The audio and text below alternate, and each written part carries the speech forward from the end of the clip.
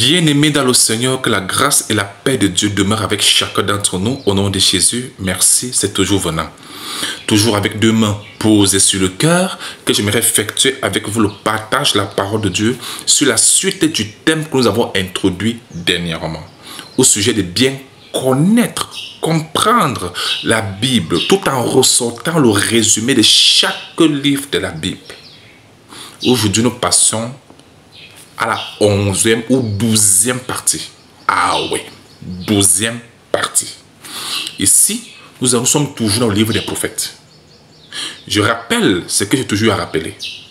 Bien-aimés, les prophètes sont ceux-là qui avaient été choisis par Dieu et à qui Dieu avait montré son plan de salut en Christ.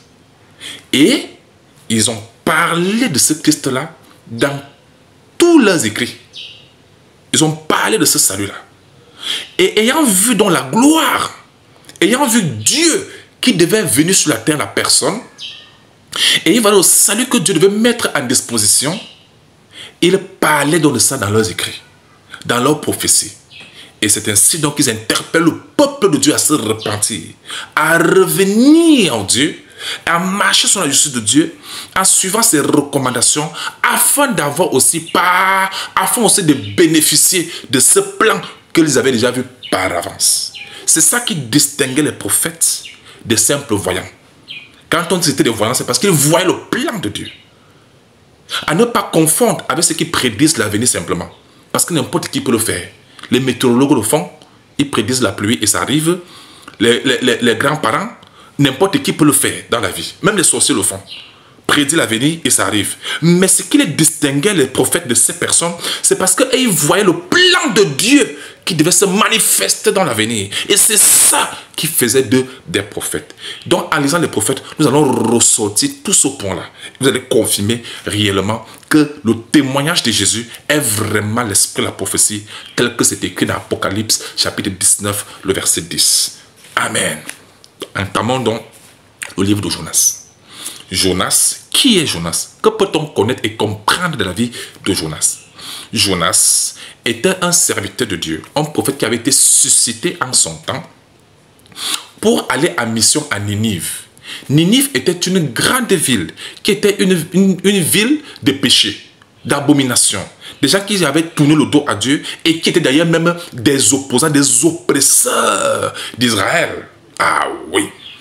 Et tellement qu'ils avaient opprimé Israël, une grande colère habita ainsi le cœur de qui? De Jonas. Jonas avait une colère, je dis bien mortelle, contre ces personnes. Une rancune qui ne disait pas son nom. C'est alors que Dieu, dans son plan, lui qui est plus intelligent, avait donc suscité Jonas d'aller à Ninive, leur parler de Dieu. En mission à Ninive, prêcher à Ninive. Jonas a refusé. Jonas a fui. Il s'est embarqué dans un bateau pour aller à Tarsis. Et pendant qu'il y était, le gars dormait lui tranquillement. Et c'est comme ça donc que Dieu, voulant à tout prix que Jonas aille là-bas à Ninive, qu'est-ce qu'il a fait? Il a donc provoqué une tempête dans la mer. Et les gens, voyant déjà leur vie menacée, parce que le bateau pouvait chavirer à tout moment, c'est comme ça qu'ils ont donc lancé le sort pour savoir d'où leur venait ce malheur. Ils se sont rendus compte que c'était Jonas, parce que le sort était tombé sur Jonas. Ils ont donc réveillé Jonas. Mais Jonas, qui es-tu? D'où viens-tu? On lui a posé des questions. Donc Jonas était un mauvais passager à bord. Mais bien aimé dans la vie, ne permettez pas qu'il y ait des mauvais passagers à bord dans votre vie. Des gens qui ont refusé le ciel dans leur vie. Parce que celui qui veut être ton ami intime, il doit d'abord être l'ami de ton Jésus. Parce que celui qui est ennemi de Jésus et qui n'aime pas Jésus ne peut pas t'aimer. Il ne peut pas. Il va seulement prétendre parce qu'il va t'utiliser. Amen.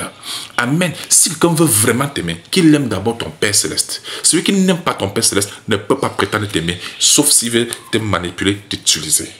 Amen. C'est donc comme ça donc, Jonas, lui, va dire la vérité. Il va dire la vérité que Dieu l'avait confié, mais il a fui. Amen. Et c'est pour cela qu'il y avait tellement de troubles dans la vie, dans le bateau. Voyez-vous? Et on lui a donc posé la question que, bon, Jonas, comme c'est comme ça, que peut-on donc faire pour résoudre ce problème? Jonas a dit, ok, dans ce cas, ce qu'on pouvait faire, moi, c'est ça qui me plaît sur Jonas, c'est que moi, il est autant honnête de dire la vérité. Il y a beaucoup ici là que si tu leur poses la question, ils ne vont pas te dire la vérité, la vraie vérité. C'est donc comme ça que Jonas a dit, ok, prenez-moi et jetez-moi dans la mer. C'est comme ça qu'on a donc jeté Jonas dans la mer et la tempête s'est abaissée. La colère de l'Éternel s'est abaissée. Et là-bas dans la mer, Dieu dans son amour, n'est-ce pas, pour montrer l'amour qu'il déployait vraiment envers Jonas, Dieu a fait venir le grand poisson et le poisson avala Jonas. Jonas a fait le ventre du grand poisson 3 jours et 3 nuits. Nous pouvons lire cela dans Jonas chapitre 2, le verset 1. L'Éternel fit venir un grand poisson pour engloutir Jonas, et Jonas fut dans le ventre du poisson 3 jours et 3 nuits. Ça, c'était déjà en préfiguration pour montrer que Jésus-Christ devait faire 3 jours et 3 nuits dans le sein de la terre. Jésus même l'avait dit, n'est-ce pas? Très bien. Alors, étant dans le ventre du grand poisson, Jonas va donc se repentir. N'est-ce pas? Et là-bas, il va même presque mourir. Il va pratiquement mourir. Ah oui! Et il va se repentir là-bas, sincèrement. C'était grave là-bas. Il s'est repenti là-bas. Il a dit, ok Seigneur, je suis maintenant prêt à y aller. Et ainsi de suite. Si tu me permets seulement de revoir encore le jour. Et ainsi de suite. Et comme je le disais tantôt, que dans les écrits des prophètes, il y avait toujours le plan du salut. Parce qu'ils avaient vu cela. Quand vous lisez Jonas chapitre 2, le verset 10, vous lirez. Et Paul, ça c'est Jonas qui parle, il dit, pour moi, je t'offrirai des sacrifices avec un cri d'action de grâce, j'accomplirai les vœux que j'ai faits. Il dit, le salut vient de l'Éternel. Quel est le salut? Jésus est le salut de l'humanité. Donc, vous voyez donc qu'il prédisait aussi Christ. Et tous ceux qui ne prédisaient pas Christ, ne voyaient pas Christ dans leur vision ou dans quoi que ce soit, ils n'étaient pas considérés comme des prophètes. Tous les prophètes, de Genèse à Malachie, ou bien même au temps de Christ, tout cela ne parlait que de ce Christ-là. C'est de ça qu'il s'agit. Vous voyez, il dit le salut vient de l'Éternel. Donc, il avait vu que Christ, le salut de l'humanité, devait directement venir dans son monde. Amen. C'est ça. Et le verset 11 dit, l'Éternel parla au poisson. Et le poisson vomit Jonas sur la terre. C'est l'Éternel qui a fait venir le poisson. C'est l'Éternel qui avait parlé au poisson. Le poisson a marché. Qui est celui qui avait la souveraineté, la domination sur les poissons? Le même Jésus, quand il est venu sur la terre, a prouvé cette autorité en parlant au poisson. C'est comme ça que le poisson, n'est-ce pas?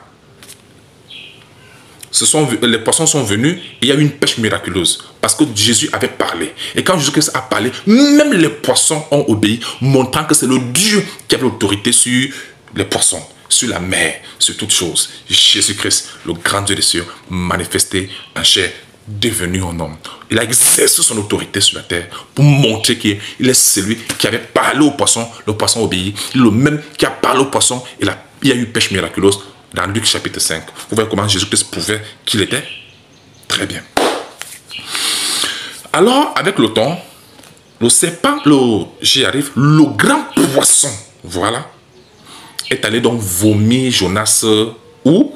À Ninive, n'est-ce pas?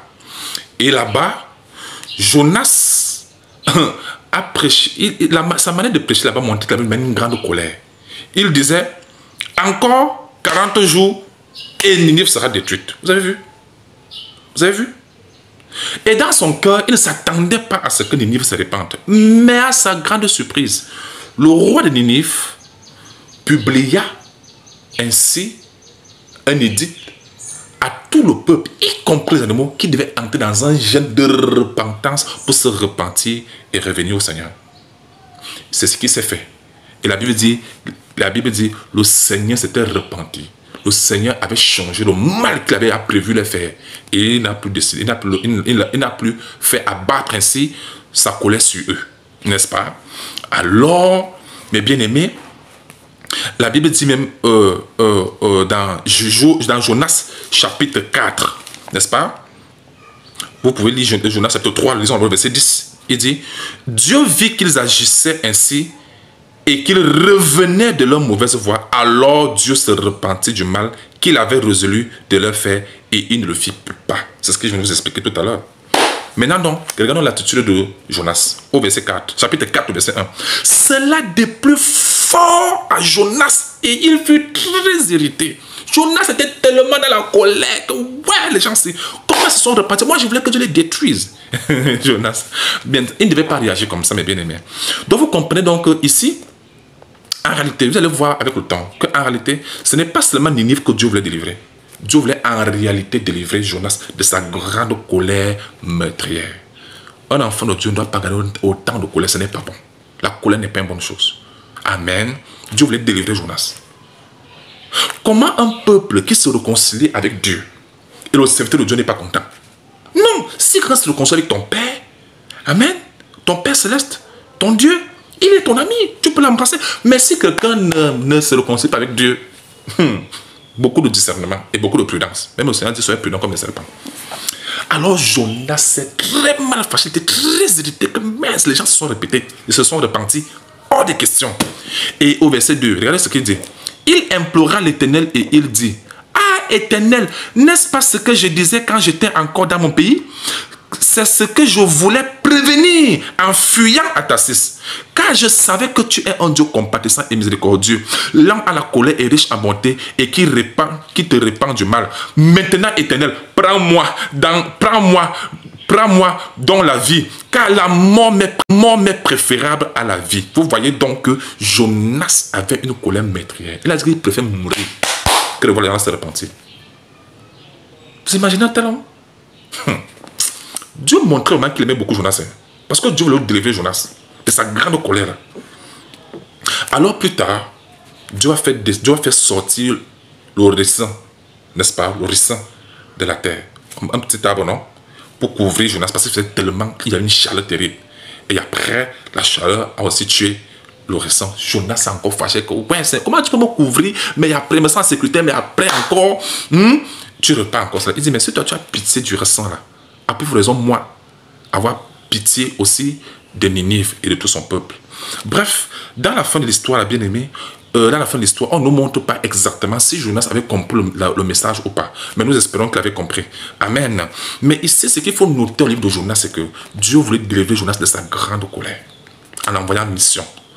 Et il a vu comment le peuple s'est réconcilié avec Dieu, mais lui n'a pas voulu. Mais comme Dieu ne voulait pas perdre Jonas et comme il l'aimait tellement, Dieu a tout fait pour enlever la colère de Jonas, pour que Jonas soit libre. Enfant de Dieu, la colère n'est pas une bonne chose. Cela peut nous conduire à la perdition. Amen. Maintenant, ça c'est le livre de Jonas. Maintenant, passons maintenant au livre de Michée. Qui est Michée? Michée était un prophète qui était suscité au temps, il faut savoir, au temps du roi Akab, on peut appeler Achab, le roi d'Israël, Josaphat, roi de Juda. Voyez-vous, il est suscité au temps du roi d'Ézéchias. Il faut aussi le savoir. Bien aimé, en fait, tout ceci pour faire comprendre qu'au temps de Michée, vous savez qu'Israël avait toujours été rebelle. Israël et les chefs en Israël, les princes en Israël, en réalité, n'écoutaient que les faux prophètes. Ils n'écoutaient que des mensonges, des choses qui les arrangent. Ils ne voulaient plus écouter la vérité de la parole de Dieu. Voilà pourquoi, au temps de Michée, il était pratiquement le seul à dire la vérité. Les gens ne voulaient pas l'écouter. C'est comme dans cette génération-ci. Ah oui. Je vous dis qu'au temps de Michée, celui qui prophétisait les choses de la terre, les choses qui arrangeaient les gens, dit les choses que les gens veulent entendre, ils étaient qualifiés comme des prophètes. Alors c'était le faux prophète.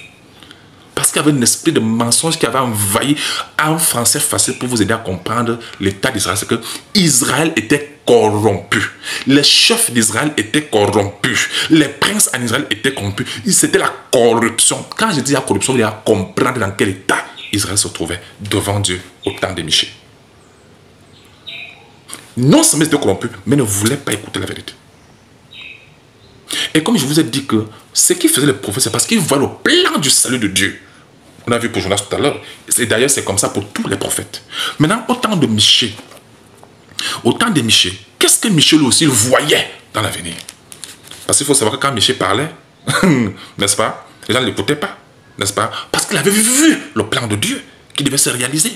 Amen. Le plan du salut. C'est ça qui faisait des prophètes.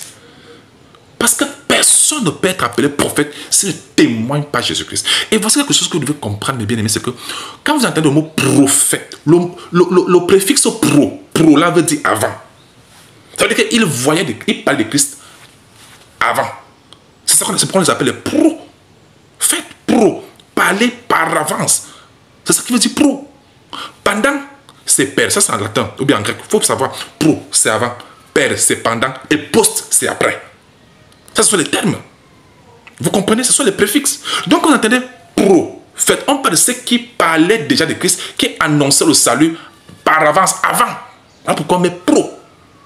Mais après Christ, ce n'est plus question de pro, c'est question de post. Post veut dire après maintenant. On témoigne maintenant. Ce dont les prophètes annonçaient par avance. Donc, tout ce qu'on va lire dans l'Ancien Testament, c'est de Christ qu'on parlait. C'est le plan du salut de Dieu qui était appelé, dont on parlait, mais de manière voilée, qu'on appelle de manière prophétique, de manière énigmatique. Ça s'annonçait par avance. Maintenant, au temps de Michée, il faut donc qu'on prouve dans le livre de Michée, dans les écrits de Michée, dans les prophéties de Michée, ce plan du salut que Dieu montrait à tous les prophètes et ce qui faisait d'ailleurs des prophètes. C'est parti. Nous prenons d'abord ce qui est beaucoup plus flagrant. Nous prenons d'abord Michée chapitre 5, disons du verset 1. Il dit, et toi Bethléem Ephrata, petite entre les milliers de Juda, de toi sortira pour moi celui qui dominera sur Israël. Vous avez vu? C'est Michée qui avait parlé de ça. Les gens ne savent même pas cela. Il dit, et dont l'origine, donc celui-là c'est Jésus-Christ. Et on dit, et dont l'origine remonte aux temps anciens et au jour de l'éternité. Cela démontre donc que le commencement de Jésus, ce n'est pas quand Marie a donné naissance. Ce n'est pas le début de Jésus. Ici, on dit l'origine remonte dans les temps anciens, au jour de l'éternité. Jésus-Christ n'est pas n'importe qui. Lui-même, il a dit sur la terre qu'avant que Abraham fût, je suis. Jean 8, 58. Montrant ici qu'il n'est pas un homme comme... Non, c'est Dieu lui-même qui est là sous une forme humaine. Amen. C'est ça la définition biblique du terme fils de Dieu. Donc, voilà pourquoi, dans le Nouveau Testament, on n'avait même plus besoin de questionner Jésus. Parce que les prophètes avaient déjà tout dit, tout décrit. On dit dans l'origine remonte aux temps anciens, au jour de l'éternité. C'est lui l'éternel ici. Vous ne voyez pas? Au jour de l'éternité, c'est lui l'éternel. C'est lui l'éternel là. Amen. Au verset 2, il dit, c'est pourquoi il les livrera jusqu'au temps où enfantera celle qui doit enfanter. On parle ici de Marie. Donc, vous voyez donc, en réalité, les prophètes avaient déjà tout annoncé. Donc, ce qui se passe dans le Nouveau Testament, c'était simplement l'accomplissement de ce que les prophètes avaient déjà annoncé. Ceux qui lisent le Nouveau Testament, sans bien lire les prophètes, ne vont pas connaître qui est réellement Jésus. Même les prophètes savaient que c'est l'Éternel lui-même qui devait venir sur la terre. Zacharie le prophétise encore dans Zacharie 2, verset 10, où Dieu dit que je viens. Dans Isaïe 35, verset 4, Jésus a encore dit là-bas, Dieu a encore dit que, il viendra lui-même. Dieu viendra lui-même. Il n'avait pas envoyé son petit, c'est faux. Donc, c'est une histoire que les gens ont inventée. Donc, mes bien-aimés, il faut comprendre ici que même les prophètes savaient que Dieu devait descendre.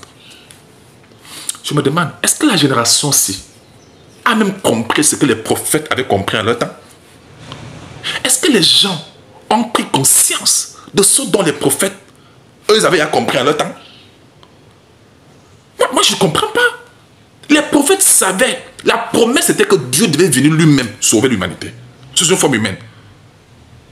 Les gens le savaient. Tous les prophètes ont écrit dans leur prophétie. Donc, quand Jésus est venu, ce n'était plus un débat. C'était trop clair. Parce que les prophètes avaient tout annoncé. C'était trop clair. Amen. Donc, vous voyez que Michée avait non seulement annoncé l'arrivée du Seigneur, mais aussi avait précisé qu'il n'était pas celle qui doit enfanter. Alors que son origine ne commence pas par là. Il a dit là-bas que l'origine remonte à les temps anciens, au jour de l'éternité. Waouh! Amen. Amen. Et même au chapitre 3, au verset 3, on dit là-bas, à la dernière phrase pour gagner en temps, vous allez lire, il dit là-bas que car il sera glorifié jusqu'aux extrémités de la terre. On ne glorifie que Dieu seul, alors que c'est lui qu'on doit glorifier jusqu'aux extrémités de la terre. Voilà. Amen. Daniel a dit là-bas que toute l'humanité, tout le monde le servira. C'est ce que la Bible Daniel a dit dans Daniel 7. Amen. Jésus-Christ n'est pas n'importe qui. Toujours pour confirmer que Michée avait bien compris le plan du salut. Michée chapitre 2, le verset 12. Regardez un peu. Je te rassemblerai tout entier, ô Jacob. Je rassemblerai le reste d'Israël. Je les ruinerai comme les brebis d'une bergerie. Qui avait dit qu'il était le bon berger? Qui avait parlé de mes brebis? N'est-ce pas Jésus? Qui avait parlé de la bergerie dans Jean 10? N'est-ce pas Jésus?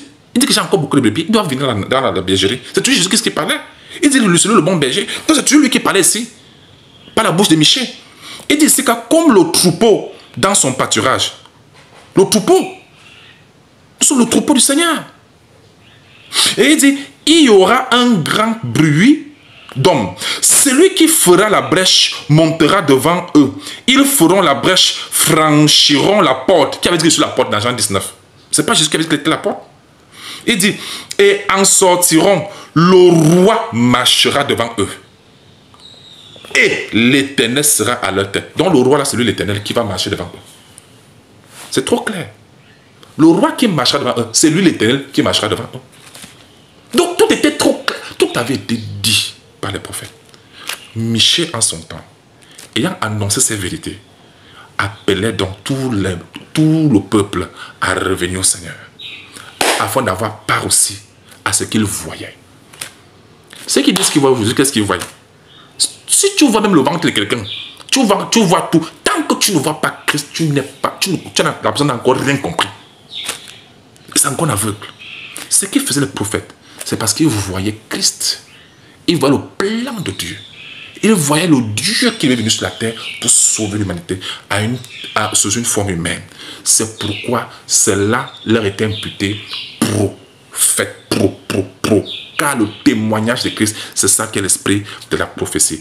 Est-ce que c'est trop clair pour le livre de Jonas et le livre de Michée? Que ça vous bénisse donc et qu'il vous garde. Toutes vos questions et préoccupations sont les bienvenues. Ciao.